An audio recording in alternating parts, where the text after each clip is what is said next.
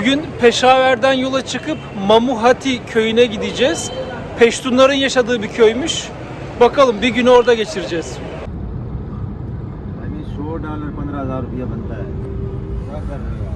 Şimdi rehberimiz Celil abi ve şoförümüzle beraber yaklaşık bir saat böyle gideceğiz.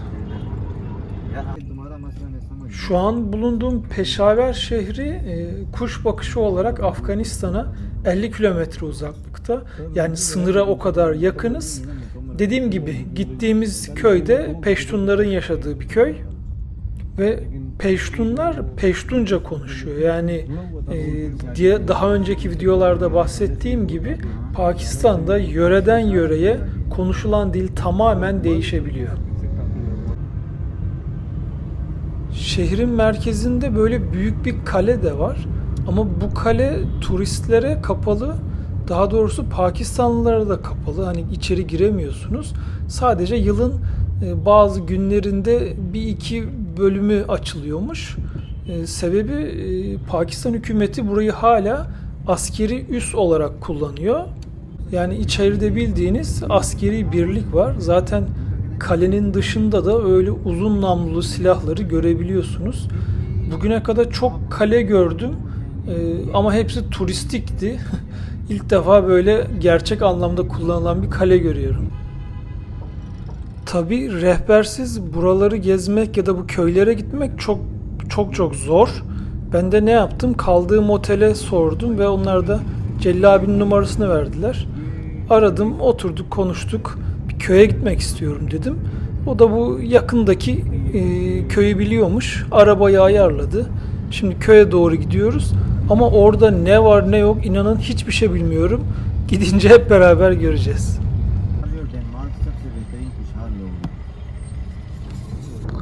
Ta İngilizlerden kalma köprüden gidiyoruz, geçiyoruz. Yaklaşık bir saattir yoldayız.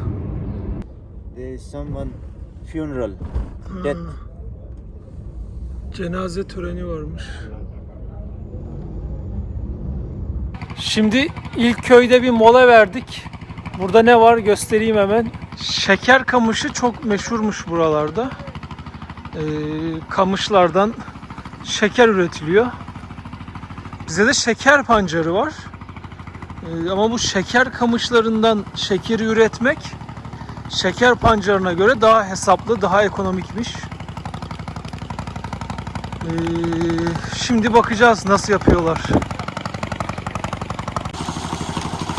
Şeker kamışlarını bu düzenekten geçiriyorlar.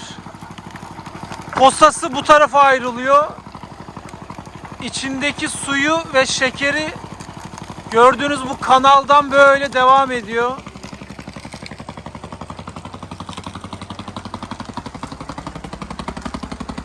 Şimdi içeri geçeceğiz.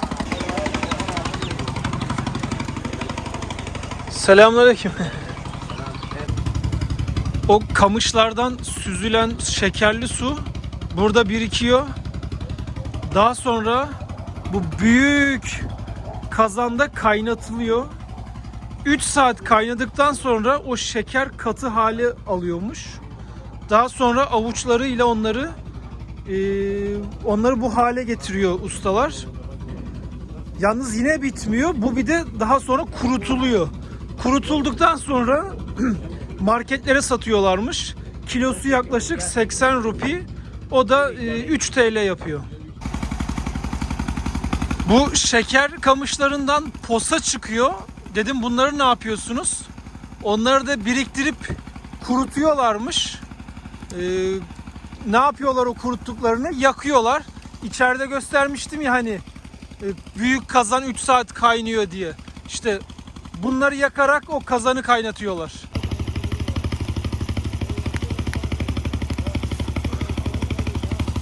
Kurutulmuş şeker kamışlarının posaları da böyle yakılarak içerideki kazanı ısıtıyor. Şeker kamışından nasıl şeker üretildiğini görmüş olduk. Gün geçmiyor ki yeni bir şey daha öğrenelim. Abdülmecid İlk dedemiz 95 yaşındaymış. हाँ खूब बड़े तेर करे खुश दा सबक दीर भी ले कुरान बे दीर भी ले उस जहन कारने के चिपक मलाट चिपा गया लेकिन कुरान दीर भी ले He's saying that he has been reciting the Holy Quran for many years. हां उस जहन कारने के लेकिन मैं कारने के His mind is not working. हां तो कुछ कम फाला Önceden Önceden Kur'an'ı komple ezbere bilirmiş. Şimdi aklı öyle eskisi kadar iyi değil diyor hafızası. हां बार मत Köyün içine doğru devam ediyoruz.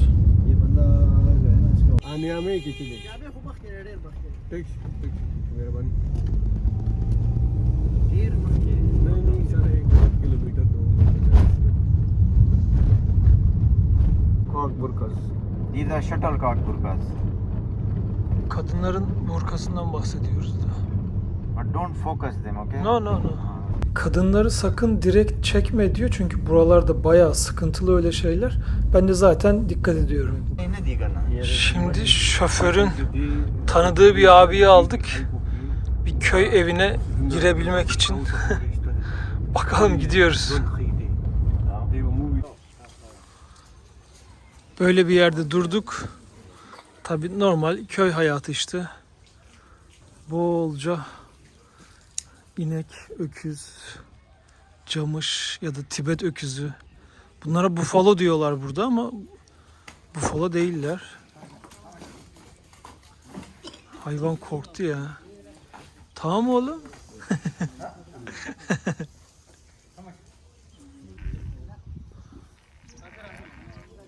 Ortalama 8-10 litre süt veriyormuş her biri. Bu hayvan çok korktu bizden ya.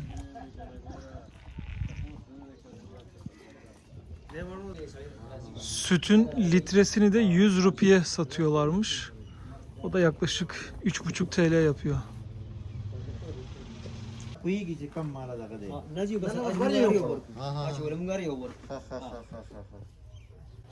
Oğlum niye sert bakıyorsun o kadar ya? He's saying there are 4 nipples. Aha. And they, they just take the 3 nipples milk out and 1 nipple for him. Ha, okey. Şimdi 4 tane memesi var. Sadece 3'ünden biz süt alıyoruz diyor. Bir tanesi de bu yavru içinmiş. Çok sert bakıyor. Bu köyde kan düşmanı çok var diyor. Hani dedenin dedesi birini öldürdüyse o 3 nesil 5 nesil devam eder diyor. O sebeple bu karşıdaki evde mesela şu kule güvenlik kulesiymiş. Aslında köydeyiz ama orada diyor güvenlik oluyor diyor sürekli. Bildiğiniz köy evi aslında. Bu köyde kadınları pek göremiyorsunuz.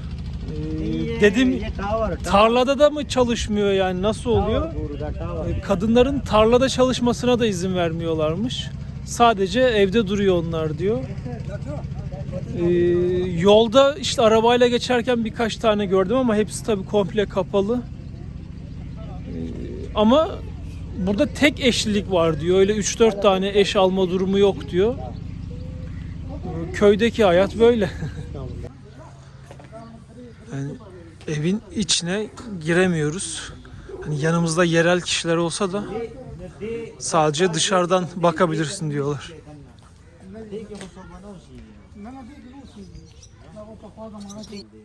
Köydekiler aslında hani bizdeki köydekilerden çok farklı değil. Çoğu çiftçilikle uğraşıyor. Kimisinin çok toprağı var, kimisinin az. Bazı köylüler de şehre çalışmaya gidiyormuş. Köyde ağırlıklı olarak şeker kamışı, arpa ve çeltik yetiştiriliyor. Bunlar da gördüğünüz gibi şeker kamışları. Rehberim Celil abiyle beraber gezmeye devam ediyoruz. Şimdi köyde bir eve girebileceğimizi söyledi. Bakalım inşallah gireceğiz. En öndeki abi köyden biri. Bizim şoförün arkadaşıymış. Nereye gidiyoruz ben de bilmiyorum. Böyle yürüyoruz. Köyde bir okul da var. Hani öyle yani dağ başındaki bir köy gibi düşünmeyin. Şehre zaten 1 saat uzaklıkta burası. Burası böyle toplanma yerleri. Hani bir ev değil. Bu bölgedeki evlere girmek diyor mümkün değil çünkü hani kendileri arasında bile gidip gelmiyorlarmış. Öyle evin içine kimseyi almazlar diyor. Yani komşunu dahi almıyormuş. O kadar kapalılar böyle şeylere. Ama diyor böyle dışarıda görüşürler, otururlar, yemek yerler. Evde olmaz diyor. Dedim peki Ramazan ayında falan böyle akşamları misafirliğe çağırmıyorlar mı? Öyle şey buralarda olmaz diyor.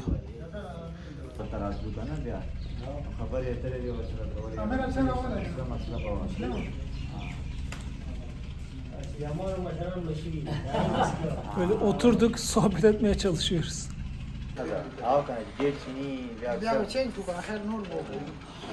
Çay ikram ediyorlar. Yanında böyle atıştırmalıklar da var. Yani her zaman diyorum Pakistanlılar çok misafirperver. O konuda bir sıkıntı yok.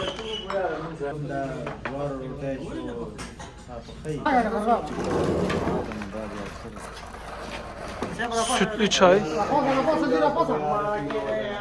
Yemek de geldi. Sağ olsunlar. Bu sütlü çay biraz önce o videosunu çektiğim hayvanların sütünden. Rasgulla. Rasgulla. Sweet ya. O tatlı tavuk var. Biraz yiyelim şimdi. Şimdi hem işte çay içiyoruz hem sohbet etmeye çalışıyoruz. Köyde evlenmek istediğin zaman maalesef evleneceğin kişiyi göremiyorsun. Yani görücü usulü oluyor. Ama başlık parası diye bir şey yok. Sadece gelin işte şu eşyaları istiyorum ya da şu altınları istiyorum diyormuş. O kadar. Tabii günden güne köylüler eğitildikçe ya da işte okula gittikçe gençler evlenmeden önce artık yavaş yavaş eşlerini görmeye başlamışlar. Ama şu an yani bu gördüğünüz köyde bir genç evlenmek istese evleneceği kişiyi sadece evleneceği gün görüyormuş. Önce anne babalar gidiyor, beğeniyor, alıyorlar.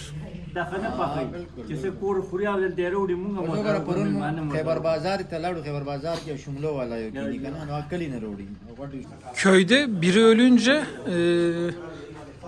önce minareden ismi söylenirmiş. İşte şunun oğlu vefat etti diye.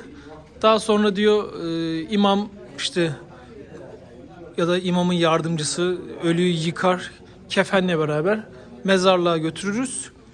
Ölüyü gömeriz. Sonraki 3 gün ölü evinde yas tutulurmuş. Yani adetler bize çok benzer. Hatta aynı diyebilirim. Şeyi sordum peki 40. günde bir şey yapıyor musunuz diye. 40 çıkma burada da var. 40. günde mevlüt tarzı bir şey okutuluyormuş. Yine ibadet ediyorlarmış ölü için. Burada her evde öyle büyük silahlar olurmuş. Kalaşnikov çok sıradan diyorlar. Dedim niye silah taşıyorsunuz? Güvenlik için diyorlar ama hani burada aslında öyle bir güvenlik tehdidi yok ama her evde varmış. Hatta bir tanesini istedik, şimdi bakalım getirecekler. Silahı getirdiler. Tabii sana diyor şarjörle beraber vermeyiz bunu diyor takılı olarak. Burada mermileri görebilirsiniz. Bunlardan her evde var. Pakistan için sıradan bir durum. Dediğim gibi silahları sevmiyoruz ama gittiğim ülkede varsa böyle bir şey, onu da göstermek istiyorum. Bayağı da eski bir silaha benziyor. Bu Kalaşnikov'un kopyası değil, orijinalmiş. Yani orijinal Rus malı Kalaşnikov'muş. Aslında Pakistan'da yapılıyor. Hatta silah üretim yerine de gitmiştim. Bu orijinaliymiş.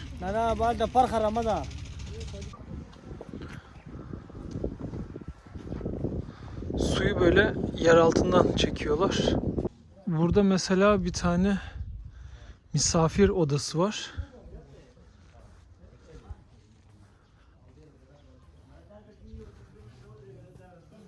Bu yataklar geleneksel Pakistan yatağı.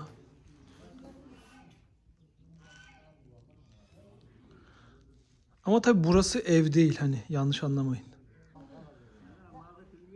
Köye gelen ilk turist sensin diyorlar. Yabancı muhtemelen gelmiştir ama e, ilk defa seni gördük, sen geldin diyorlar. Bilmiyorum artık.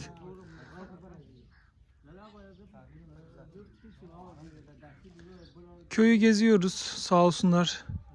Çay ısmarlıyorlar. Yiyecek getiriyorlar. Bir eve şimdi kabul ettiler bizi.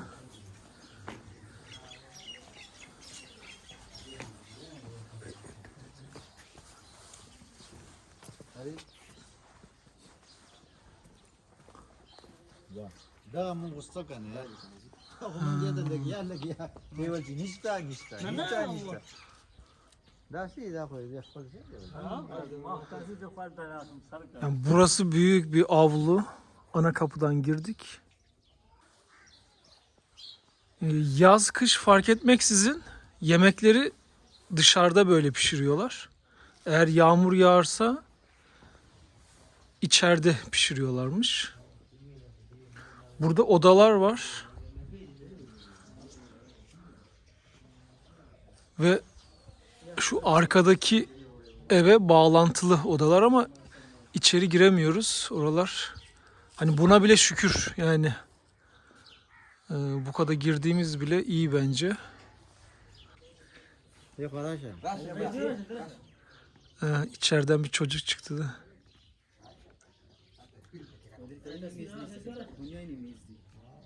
This is sun.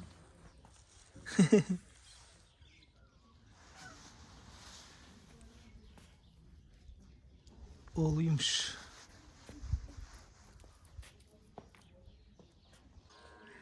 Evin yanında böyle bir güvenlik kulesi de var. Şu an öyle bir sıkıntı olmasa da önceden hep orada silahlı biri duruyormuş. Ama şu an artık öyle bir problem yok diyorlar. Ama dediğim gibi her yerde, her evde silah var. Bu makine ne için dedim. Otları buradan veriyorlarmış. Saman ya da ot. Böyle ufak parçalar halinde daha sonra hayvanlara yediriyorlarmış. Hani bundan toplayıp ineklere veriyorlarmış. Yani yal gibi düşünebilirsiniz. Burada büyükbaş hayvanlar da var.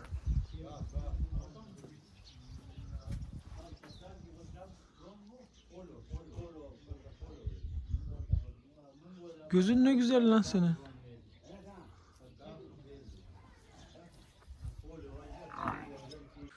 Bu ev köy için öyle hani ortalama bir evmiş. Ne zengin ne yoksul. He's dangerous. He kicks him. Ha. Eşeğe fazla yaklaşmayın, bu biraz sinirliymiş. Öyle diyorlar. Suyu ise bu gördüğünüz kuyudan karşılıyorlarmış. Yani içme suyu da oradan geliyor. Ama Peşaver'in suyu kaliteliymiş, yani temizmiş, öyle diyorlar.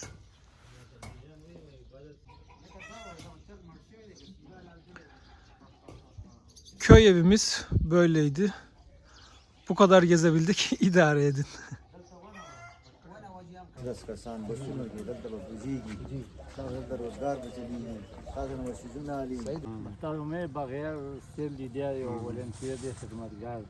Şeker kamışları böyle neredeyse her evin önünde var.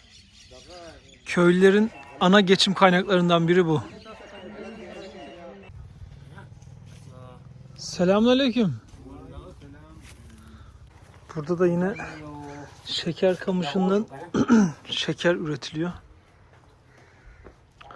Orada kaynıyor yaklaşık 3 saat. Burada da bu hale getiriliyor ve daha sonra kurutuluyor. Now this is real stuff. Yeah.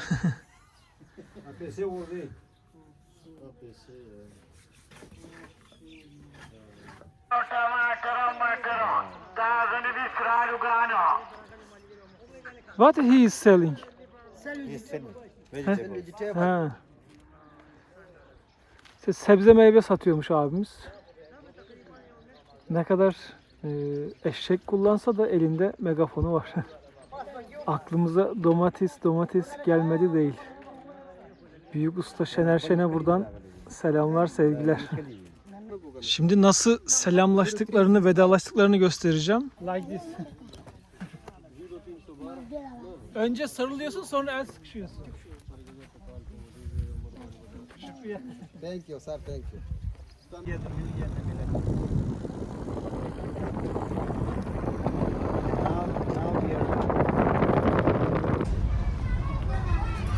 थोड़ा slow slow